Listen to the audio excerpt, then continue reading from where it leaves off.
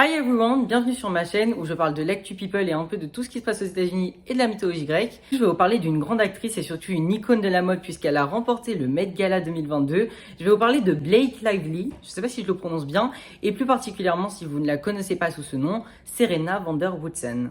Du coup, ça va être ma première vidéo où je vous parle de célébrité. Donc, je vais surtout retracer toute sa vie et ensuite vous expliquer toutes ces polémiques parce que Blake Lively, elle en a eu beaucoup et malheureusement, la pauvre, on l'accuse souvent de la même chose. Enfin, la pauvre. Blake Lively est née le 25 août 1987 à Los Angeles. Donc, clairement, la ville où il faut naître si on veut devenir une star, qu'on veut devenir acteur, qu'on veut devenir influenceur, qu'on veut devenir n'importe quoi. Clairement, faut naître à Los Angeles. Comme ça, t'as les plus belles photos, les plus belles vidéos et les castings. Très clairement, vu que c'est Hollywood. Et elle est née dans une famille nombreuse puisqu'elle est la benjamine de 5 enfants. Et ses parents étaient très riches. Son père était acteur et sa mère était manager. Je vous laisse deviner comment elle est devenue actrice. Un jour, elle a été voir son père sur un tournage et elle a adoré le voir faire ce qu'il faisait. Elle a demandé à son père tout simplement si elle pouvait elle aussi jouer dans un film, dans des publicités, en fait passer des castings. Et c'est pas tombé dans l'oreille d'un sourd puisque juste après cette discussion avec sa fille, il a appelé son agent pour demander qu'il trouve des castings de publicité ou de série à sa fille. Et quelques mois après ça, à ses 11 ans, elle va jouer dans son premier film qui est Sandman. Donc elle n'a pas commencé tout simplement comme Ashley Tisdale, Victoria Justice, etc. qui ont commencé dans des petites publicités. Non, elle a commencé direct dans un film. Elle était destinée à devenir la grande star qu'elle est aujourd'hui. Après le succès de ce film, vu qu'elle était encore jeune, elle va prendre 4 ans de repos. Enfin, 4 ans de repos, elle va juste prendre 4 ans pour continuer à aller à l'école et vivre sa vie d'enfant finalement. À cet âge-là, t'as pas forcément la tête à travailler, même si à son âge, je pense pas qu'elle considérait être actrice comme un travail, vu qu'elle était jeune et que pour elle, c'était surtout un amusement qu'elle voulait faire. Et comme je vous le disais, après ses 4 ans, à seulement 15 ans, elle va décrocher le film qui va la faire connaître du grand public et qui va faire aussi connaître pas mal de stars comme Kylie Cuoco qui a joué dans The Big Bang Theory et dans Charmed. Elle va tout simplement jouer dans le film 4 filles et un jean. D'ailleurs, elle va même remporter un Teen Choice Award pour la révélation féminine de l'année, donc c'est quand même pas rien. C'est son premier vrai film parce que Sandman, elle était enfant et du coup son premier grand rôle, elle va décrocher un Teen Choice Award. Après ce grand succès, pendant 2 ans, elle va apparaître dans des films, dans des séries, etc., comme la plupart des stars. Elle va pas remonter en selle tout de suite. Et en 2007, elle va décrocher son grand rôle iconique de Serena van der Woodsen dans Gossip Girl. Personnellement, c'est mon avis, mais je la trouvais un peu agaçante, Serena. Genre, Blair Waldorf, je la trouvais trop méchante. Et j'adore les pestes, les bitches un peu des fois dans les séries et les films, mais Blair, c'est trop. Et Serena, je la trouvais un peu agaçante sur les bords, même si je l'aimais beaucoup. Thank you, Jesus. No, thank you, Blair. C'est la série Gossip Girl, donc on leur veut pas finalement, c'est juste leur rôle. D'ailleurs, pour ceux qui ne le savaient pas, elle a eu une relation de 4 ans avec Penn Badgley. Et d'ailleurs, ça va créer une polémique et des problèmes après avec son ancien petit ami. Mais je vais tout vous expliquer après. Malheureusement, son succès va s'estomper un peu parce qu'après Gossip Girl, elle va jouer dans 3 films particulièrement qui vont totalement flop, comme Green Lantern, qui est le film dans lequel elle va rencontrer son futur mari et le père de ses 3 enfants, Ryan Reynolds. Mais ces 3 films, comme je vous dis, vont pas énormément ternir sa carrière parce qu'elle va quand même finir dans les 100 femmes les plus séduisantes et aussi comme l'une des actrices les plus attirantes dans le monde de l'influence. C'est quoi ce titre, sérieusement? Heureusement que c'était dans les années 2010 parce qu'aujourd'hui ça serait clairement irrespectueux et sexiste de juger une femme plus attirante qu'une autre ou clairement faire un classement des femmes les plus sexy, quoi. Heureusement pour elle, c'est en 2015 qu'elle va décrocher un autre grand rôle qui va faire des millions au box-office. Malheureusement, juste après ça, elle va jouer dans un autre film qui va totalement flop. Donc ça va en fait ternir son grand succès. Ça va faire. Le problème avec Blake, c'est qu'en fait, elle va faire que ça, tourner dans des films qui vont monter et tourner dans des films qui font flop. Et ça va faire que ça pendant plusieurs années. Et je pense que pour une actrice, ça doit faire extrêmement mal au cœur. C'est dur en fait. Tu montes pour redescendre, quoi. Parce qu'elle a assez confiance en elle pour se dire que c'est pas forcément de sa faute si le film flop. 31 janvier 2020, le dernier film dans lequel elle va jouer, qui va s'appeler Le rythme de la vengeance, va malheureusement totalement flop. Et depuis, on ne l'a pas revu. Après, ça veut rien dire. On est en 2023, il y a eu le coronavirus. Puis même, c'est une actrice, on va dire, qui est déjà connue. Et en ce moment, on essaye plus de faire connaître des acteurs qui sont pas forcément connus. Donc, il y a aucun problème. Je pense qu'on la reverra. C'est juste le dernier film dans lequel elle a joué. Maintenant, on va passer à la seconde partie de la vidéo où je vous explique tous les dramas, toutes les polémiques, tout ce qui va se passer autour de Blake Lively. J'ai vraiment du mal avec son nom de famille. La première polémique remonte à 2016 lors d'un tapis rouge quand elle était enceinte de son 2e enfant. Elle va en fait poster une photo d'elle où elle a marqué visage de Los Angeles et fesses d'Oakland, ce qui a été jugé par les internautes de très raciste parce qu'il traduirait en fait visage de Los Angeles, ça voudrait dire un peu visage de femme blanche et fesses d'Oakland, un peu fesses de femme noire.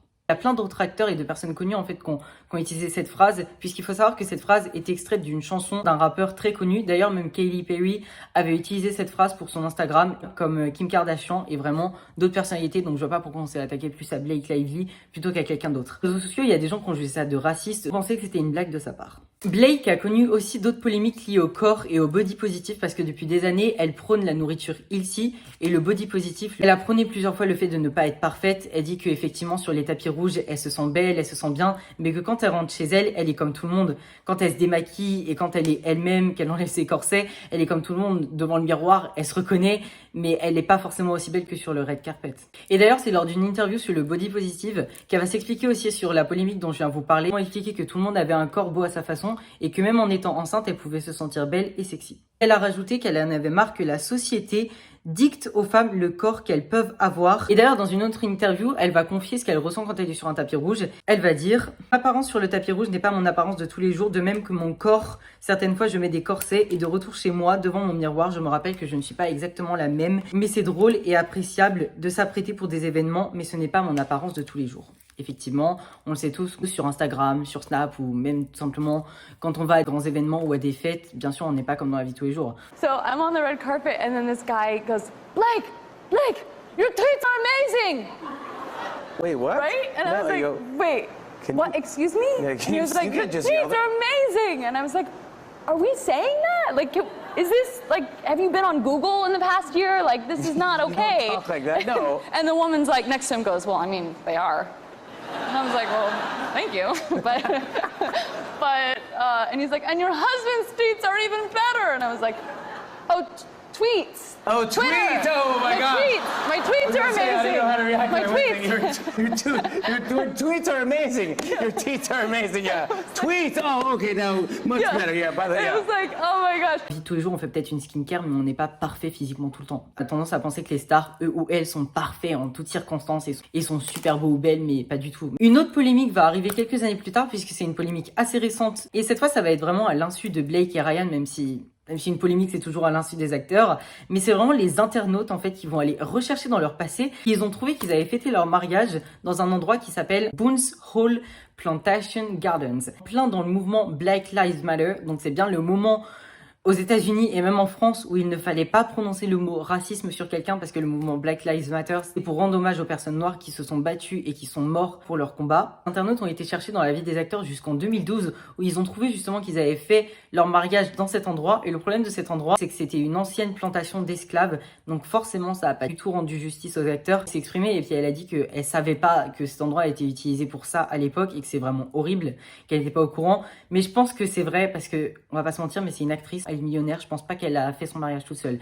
Elle l'a peut-être coordonné, elle a peut-être dit ce qu'elle voulait, mais à mon avis, elle a fait appel à un ou une wedding planner, puis ceux qui ont choisi l'endroit et tout le reste. Et d'ailleurs, suite à cette polémique, elle s'est exprimée sur son Instagram et a marqué « J'ai toujours appris à mes enfants qu'il n'y a aucune différence entre les personnes dans ce monde et je me doute à quel point ça doit être difficile de voir son enfant exclu à cause de sa couleur de peau. Je n'imagine même pas la peur et la colère qu'on peut ressentir quand on est exclu comme ça, mais j'en ai marre d'être piégée à chaque fois à cause de certains mots mal interprétés ou lieux dont je ne connaissais pas le passé. J'en ai marre qu'on me traite systématiquement de raciste. » Cette fois-ci, on va aussi arriver avec une polémique qui s'est passée très récemment avec n'importe qui, avec Leighton Meester. Donc si Leighton Meester, encore une fois, vous dit rien, parce que je connais beaucoup de personnes qui ne connaissent pas le nom des acteurs, mais qui connaissent leur rôle forcément. Leighton Meester, c'est tout simplement Blair Waldorf.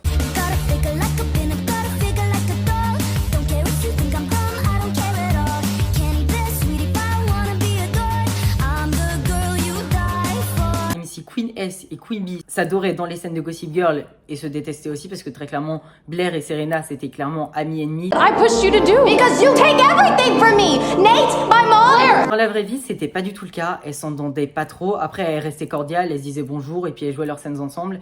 Mais en dehors, elles se parlaient pas. Elles ont fait quelques photos ensemble, mais rien de plus. Elles étaient vraiment pas amies. Après, il y a certaines personnes qui disent que Blair, donc Leighton, c'était quelqu'un d'un peu renfermé. En dehors des tournages, elle s'asseyait, il lisait un livre et elle restait très calme comparé à son personnage de Blair, qui aime bien foutre la merde. Et Serena, elle adorait faire la fête, vivre la vie d'actrice, un peu comme son personnage, elle, par contre. Mais ce qui s'est passé, en fait, c'est que les internautes, déjà, ont trouvé bizarre que les actrices ne se follow pas. Donc, en fait, dans ce monde particulièrement, quand tu follow pas quelqu'un, avec qui t'as travaillé ou avec qui t'étais proche, ça veut dire que tu l'aimes pas. Mais ça veut pas forcément dire ça. Parce qu'il va tout simplement mettre le feu aux poudres. C'est Leighton Meester qui a fait une interview très récemment après un film dans lequel elle a tourné et elle va tout simplement dire dans cette interview: ça fait longtemps que je n'étais pas retournée sur un plateau de tournage et ça fait plaisir de tourner avec des personnes que j'apprécie cette fois-ci. Ça crée une ambiance de plateau saine. Je sais pas ce que ça veut dire, honnêtement. Je sais pas ce qu'elle laisse entendre par là. Je sais pas si c'était vraiment un pic à Serena ou aux autres personnes du casting ou même juste tout simplement à la série. Après, c'est vrai que c'est pas forcément cool et sympa. Après, elle a le droit de dire ce qu'elle veut. Elle a son libre arbitre. Forcément, elle dit ce qu'elle veut. Et même si elle a joué dans beaucoup de séries et de films, c'est vraiment Gossip Girl, la série dans laquelle on se rappelle le plus de Leighton Meester. Bon, personne qui a réagi. Blake n'a pas réagi et il y a aucun des autres acteurs qui réagit. Après, en même temps, qu'est-ce que tu veux répondre à ça? Ouais, bah écoute, tant mieux pour toi. Concernant sa vie personnelle, Blake n'a pas vraiment été très secrète parce qu'on connaît vraiment presque toutes ses relations, mais il y en a une en particulier qui a fait beaucoup de bruit à l'époque parce qu'il y a eu des rumeurs de tromperie, mais de sa part, même si sa relation avec Ryan Reynolds a fait beaucoup parler, c'est sa relation avec Penn Badgley qui a aussi suscité une polémique par rapport à son ex qu'elle avait juste avant Penn Badgley, Kelly Blatz. Kelly a tout simplement réagi après que Blake se soit mis avec Penn pour plusieurs raisons et pour plusieurs clichés aussi qu'il a vus sur les réseaux sociaux et même pas que sur les réseaux sociaux, dans les magazines. Il a accusé tout simplement Blake de tromperie sur les réseaux sociaux parce que Blake et Kelly ont tout simplement rompu en mai 2007. Des clichés, donc des photos de Blake et Penn, ont été diffusés en avril 2007, c'est-à-dire juste un mois après qu'ils se séparent. Donc forcément, il s'est posé des questions sur le fait est-ce qu'elle ne l'aurait pas trompé puisqu'elle faisait déjà des photos avec Penn où qu'elle était dans ses bras et où elle lui tenait la main juste un mois avant.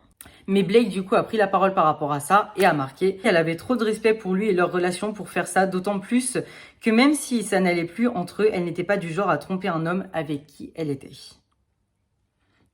Est-ce qu'on la croit, est-ce qu'on la croit pas? Son libre arbitre, mais ça fait un peu trop cliché. Genre, ouais, non, je tiens trop à toi et j'ai trop de respect pour les gens avec qui je sors.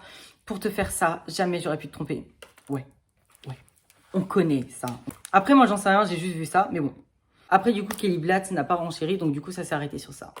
Du coup, c'est terminé pour cette première vidéo. On se retrouve dans une prochaine vidéo pour parler de mythologie grecque, d'acteurs et d'actrices célèbres aux États-Unis, aussi de séries américaines, parce qu'il y a beaucoup de choses qu'on sait pas, et il y a beaucoup de choses cachées, donc j'aimerais aussi vous en parler. Bye!